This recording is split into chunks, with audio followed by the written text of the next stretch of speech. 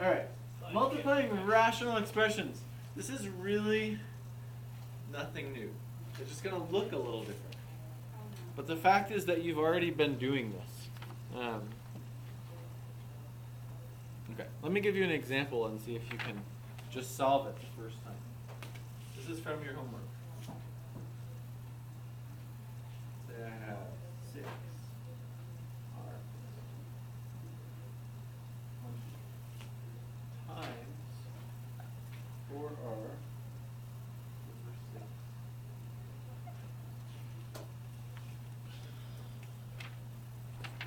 It's from your homework. And the instruction here would be something like multiply or simplify, reduce to simplest form, something like that. I got it. So, when you look at this, the first thing I want you to notice is what's the difference from this to the problems we were just doing? You just not simplify. There's only one difference, right? We have a fraction. We have numerators and denominators that have variables and numbers. But what's different about this problem? Yeah, there's a multiplication symbol here. So this fraction is being multiplied times another fraction. That's the only difference. Now the cool thing about multiplying fractions, if you remember back to 3rd grade or whatever you started learning about fractions, if I have 3/5 times 7/6, all I do is multiply the top and multiply the bottom. That's like you should reduce it first. Yeah. So this is really just kind of one big fraction, like 3 times 7 over 5 times 6. Or I can reduce the 3 with the 6, right? But you can do that at any stage. I can do it before I multiply or after I multiply. And it's going to be the same thing here with these. You can reduce before you multiply or you can reduce after you multiply. Okay? For me, I personally like reducing after I multiply. So when I look at these, I go like this. 6 times r plus 2 over 20 times 4r over 6 times r plus 2. And I just write out one big fraction. Is it r over 5? 4r over 20 times 6 times r plus 2. And then this just becomes a simplifying rational expressions problem. Yeah, so who saw something that could cancel in this? The 6 cancels. What else cancels? R plus 2 cancels. What else cancels? 4 cancels with the 4 that's in the 20, leaving. Dude, I got it right. So the final answer to this is simply r over 5. Okay? The cool thing about this, guys, I think, is that once you start seeing these as multiplication problems, I think the simplifying part becomes a little simpler, becomes a little bit more straightforward, because really what we're doing here is trying to break the fraction into its factors.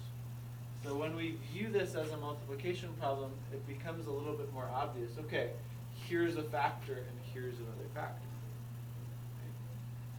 The skill here is really the same as just reducing or simplifying rational expressions. It's trying to see each factor that can cancel in the top with each factor that can cancel in the bottom. Alright. Let's do another one. This one's also from your homework. This one's actually going to be even simpler. 59n over 99 times 80 over 33n.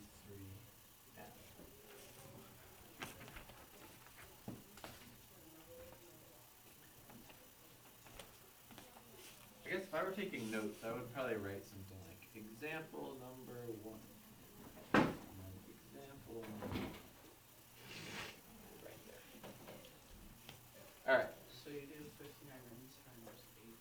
Yeah, so depending how you wanna approach these, I like to just kind of multiply to start. So I have 59 and 80. You could do dots between, you can do parentheses between, whatever you like to do. And then in the bottom I have 99, 33, and n. So what factors do we see that are in common between the top and the bottom? N, so we can cancel out the n. Anything else? I don't know. This is 3 times 3 times 11, right? This is 3 times 11. Yeah, but we can't calculate. Right. So those are all in the bottom. And then in the top we have, this is like 2 times 2 times 2 times 2 times 5. And this is that a prime number? No, it's possible. 59? It could be. Era. So do you notice what I'm trying to do here? I'm trying to, in my head, I'm trying to prime factor these. What are the prime numbers that go into these? And I'm just trying to see what they have in common. Right? And you could write this out. If you ever feel like you're stuck, you just simply write out, okay, what are my factors of 59? I'm pretty sure it's just 59 and 1. We're not going to write 1. What are my factors of 80? Well, 2 times 2 times 2 equals 8, right? Times 2 times 5, which is 10, that's going to give me 80. And then in the bottom, 99 is 3 times 3 gives me 9, times 11 gives me the 99, and 33 is just 3 times 11. So there's nothing in common between the top and the bottom, if we actually write out the prime factors.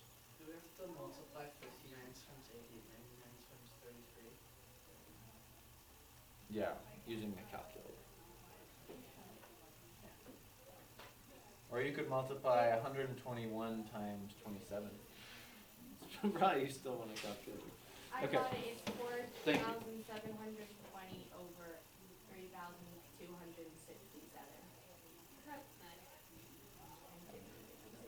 And that's it. That's your answer. That's your answer.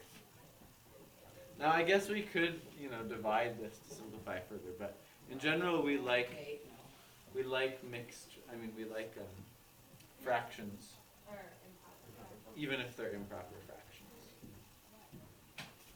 So let's just leave it like that.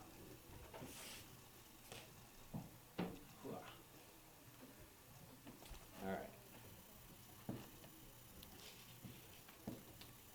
Let's do one more.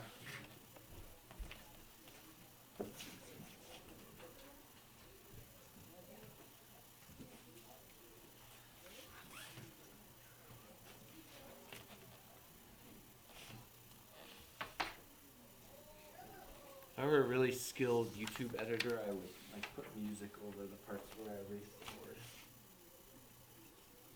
Make it more fun to watch. Okay, 7n over 24n cubed minus 64n squared times 9n minus 24 over 7n.